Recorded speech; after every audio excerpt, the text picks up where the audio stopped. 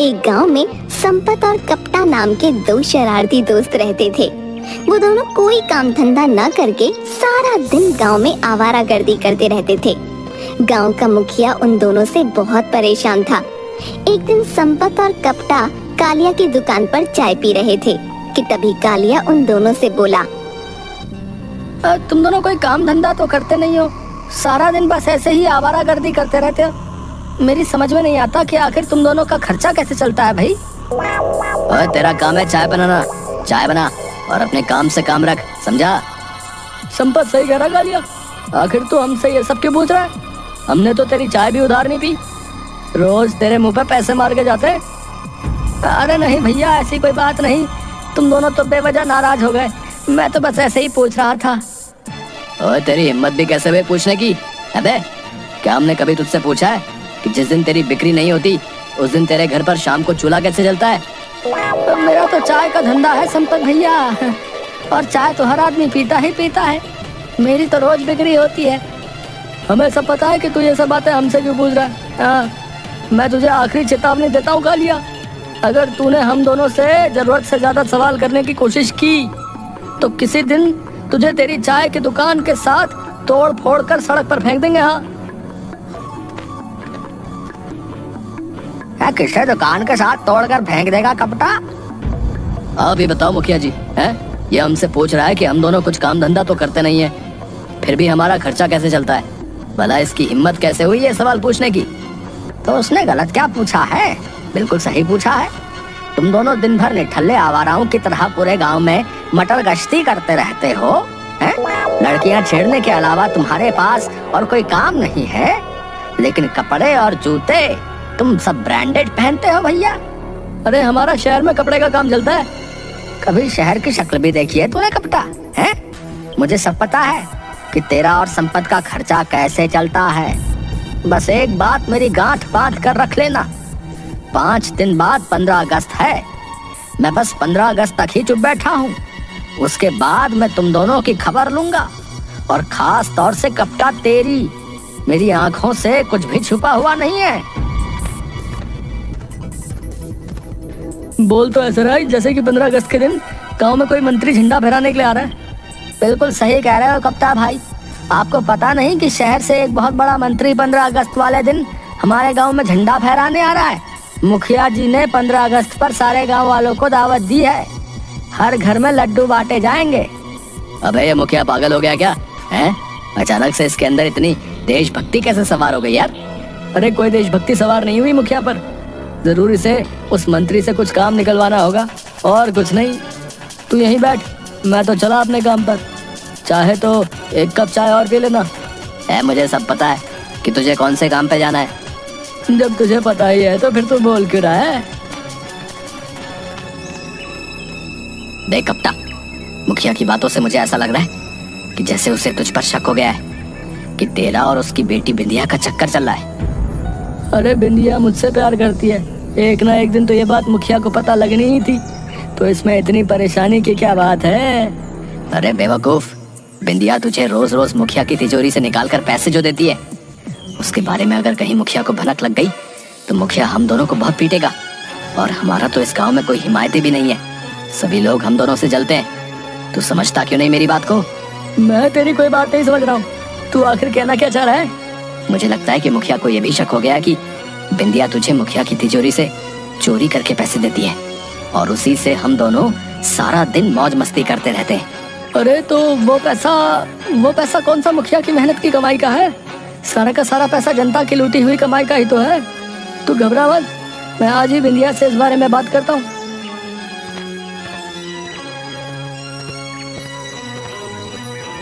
मैं यहाँ पर कितनी देर से तुम्हारा इंतजार कर रही हूँ, मगर तुम्हें तो कालिया की दुकान से चाय पीने से ही फुर्सत कहाँ।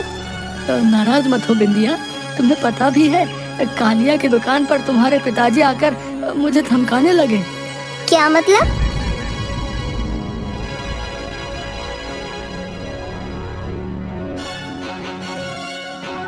मुझे भी कुछ दिनों से ऐसा लग रहा है कप्ता कि पिताजी को शक हो गया है कि उनकी तिजोरी से पैसे मैं निकाल रही हूँ। लेकिन तुम तो बोल रही थी कि मुखिया जी तिजोरी में जो पैसे रखते हैं वो गिनकर नहीं रखते। अरे हो सकता है आप गिन कर रखने लगे हो और मैंने इस बात पर ध्यान ना दिया हो। वो सब बातें छोड़ो बिंदिया, मुझे 2000 रुपए की सख्त जरूरत है। पिताजी ने कुछ गलत नहीं कहा। तुमसे शादी के बाद भी क्या पता तुम मुझसे ऐसे ही पैसे मांगोगे और ऐसे ही पूरे दिन गांव में आवारागर्दी करते फिरोगे। अरे नहीं नहीं बिंदिया, मुखिया जी के पास इतना काला पैसा है, वो किस काम आएगा। उन पैसों में से ही मैं कोई कारोबार कर लूंगा। खबरदार जो मेरे पिताजी के पैसे को काला पैसा कहा। मैंने तुमसे कितनी बार कहा है, मेरे पिताजी कोई भ्रष्टाचारी नहीं है। हम खानदानी अमीर हैं। हमारे दादा परदादा की पुश्तैनी हवेली अभी भी पड़ोस के गांव में ऐसी ही खाली पड़ी हुई है। अरे वाह, तो शादी के बाद हम दोनों उसी हवेली में जाकर रहेंगे। लेकिन मुझे नहीं लगता कि मेरा विवाह तुमसे हो पाएगा। क्या मतलब, ये क्या कह रही हो तुम?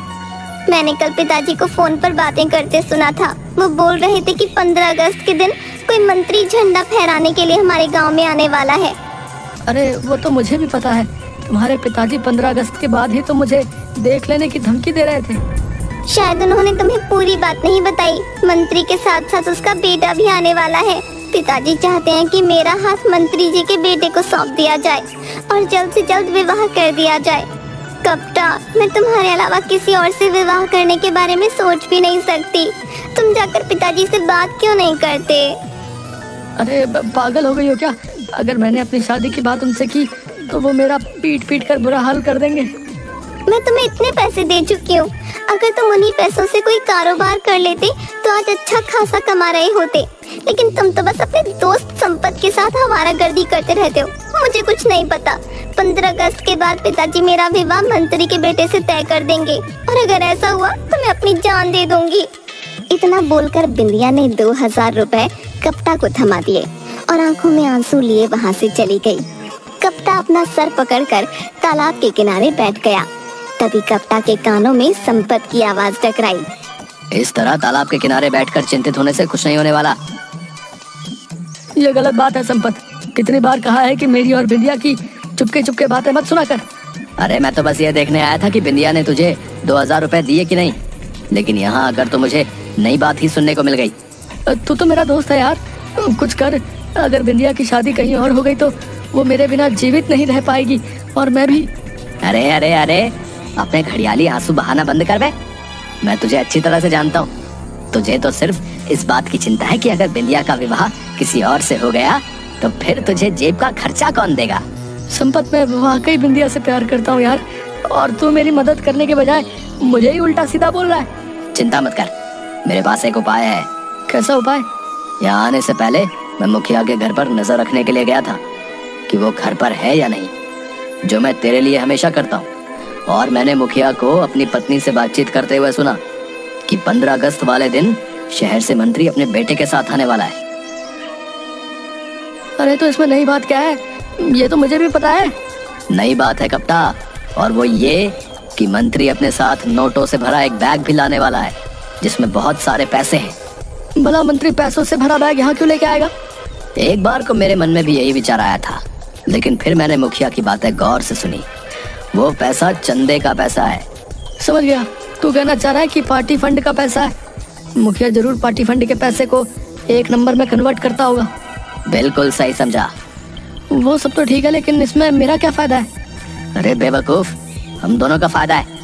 देख, 15 अगस्त के दिन मुखिया ने सभी गांव के लोगों को बुलाया है। वो एक मैदान में मंत्री के साथ झंडा फहराने वाला है। गांव के सभी लोग उस मैदान में मौजूद होंगे और वो मंत्री और उसका बेटा भी। बस उसी मौके का फायदा उठाकर हम दोनों चुपके से मुखिया के घर से नोटों भरा बैग चुरा लेंगे। कुछ पैसे उसमें से मैं रख लूंगा, बाकी सारे पैसे तू रख लेना, और उसके बाद बड़ी शान से तू उसकी बेटी का हाथ मांग लेना। बात तो तेरी सही है, लेकिन अगर कहीं पकड़े गए तो? अरे पकड़ेगा कौन हमें, हैं? और वैसे भी मुझे पूरा यकीन है वो सारा पैसा ब्लैक मनी ही होगा। और बढ़िया बात तो ये है कि वो मंत्री पुलिस में इसकी रिपोर्ट तक दर्ज नहीं कराएगा।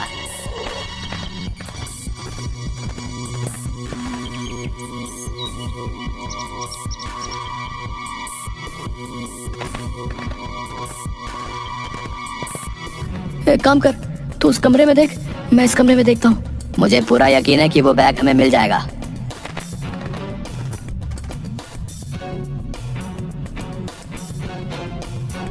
कपटा इधर आ, मुझे बैग मिल गया। इसको खोल के तो देख, इसमें पैसे हैं भी या नहीं। अबे तूने मुझे पागल समझा क्या? मैंने खोल कर ही देखा था। ये देख पैसे। अब इसे उठाने में जल्दी से मेरी मदद कर।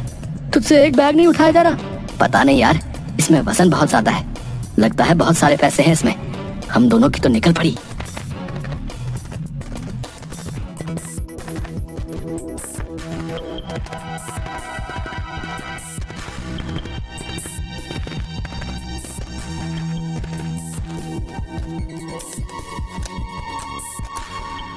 कप्टा, इसमें तो सिर्फ ऊपर ही कुछ नोटों के बंडल रखे हुए हैं और नोटों के बंडल के नीचे तो हथियार हैं। हाँ यार, अब क्या करें? ये हथियार तो विदेशी मालूम होते हैं, बहुत महंगे। एक काम करते हैं, इन हथियारों को बेच देते हैं। हमें तो बस पैसे से मतलब है ना। नहीं संपत, ये गलत है। हम दोनों भले ही आवारा हों, लेकिन गद्दार नहीं। ये हथियार जान लेने के अलावा कुछ भी नहीं करते। कुछ पैसों के लालच में अगर हम इन हथियारों को बेच देंगे तो इन हथियारों से न जाने कितने मासूम और बेगुनाह मारे जाएंगे। उसके जिम्मेदार भी तो हम ही होंगे ना। तेरी बात सही है यार, मुझे माफ कर दे। एक पल को मैं लालच में आ गया था, लेकिन अब क्या करें? एक काम करते हैं, हमें पुलिस के पास जाना चाहिए। पागल हो गया है क्या? है? अरे जरा सोच, कहीं मुखिया भी उस मंत्री के साथ अगर मिला हुआ होगा तो क्या होगा? अबे बेवकूफ, मुखिया भी पकड़ा जाएगा, और जब मुखिया पकड़ा जाएगा तो फिर बिंदिया की माँ बिंदिया का विवाह तुझसे नहीं करेगी। ठीक है, अगर ऐसी ही बात है तो फिर मैं सारा जीवन शादी ही नहीं करूंगा। हाँ। अबे तेरा दिमाग फिर गया क्या? ये अचानक तेरे अंदर इतनी देशभक्ति कैसे सवार हो गई? वो सब बातें छोड़ और इस बैग को लेकर पुलिस के पास चल।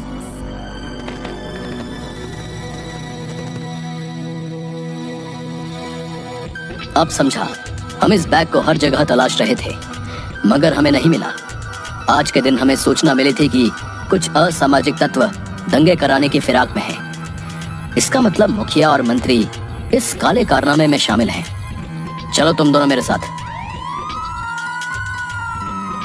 संपत और कप्टा, तुम दोनों यहाँ पर क्या कर रहे हो? पहले ये बताओ, ये बैग किसका है? ये बैग तो मंत्री जी का है। मंत्री जी ने मुझे बताया था कि इस बैग में पार्टी फंड के पैसे रखे हुए हैं। लेकिन इसमें तो हथियार और बम है। इंस्पेक्टर साहब, ये जरूर इन दोनों की चाल है। देख कप्ता, मैं अच्छी तरह से जानता हूँ कि तू मेरी बेटी को पसंद करता है, और तू ये भी जानता है कि मैं बिंदिया का विवाह कभी भी तेरे साथ नहीं करूँगा। इसलिए तूने मुझे फंसाने के लिए ये सारा का सारा खेल खेला है। मैं समझ गया हूँ। मैंने तुझे 15 अगस्त के बाद देख लेने की धमकी दी थी, तो तू इस बात का भी बदला निकालने आया है ना? इनके पास ये हथियार कहाँ से आए?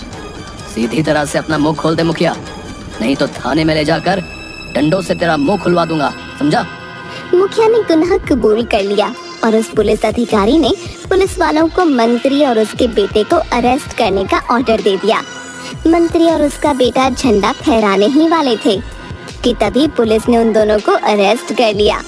उस बैग को देखकर मंत्री और उसका बेटा बुरी तरह से घबरा गए और उन दोनों ने भी अपने जुर्म को कबूल कर लिया। मुझे तुम्हारी देशभक्ति पर फक्र है कप्टा। देश के प्रति तुम्हारी ईमानदारी देखकर मैं बहुत ज्यादा प्रभावित हूँ।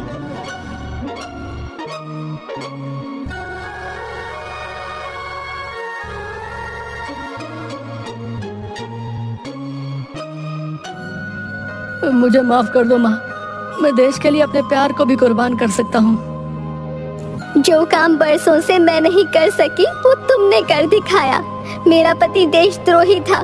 मैं हमेशा से एक देशभक्त के हाथों में अपनी बेटी बिंदिया का हाथ सौंपना चाहती थी, लेकिन आज मैं खुश हूँ कि वो एक सही हाथों में जा रही है।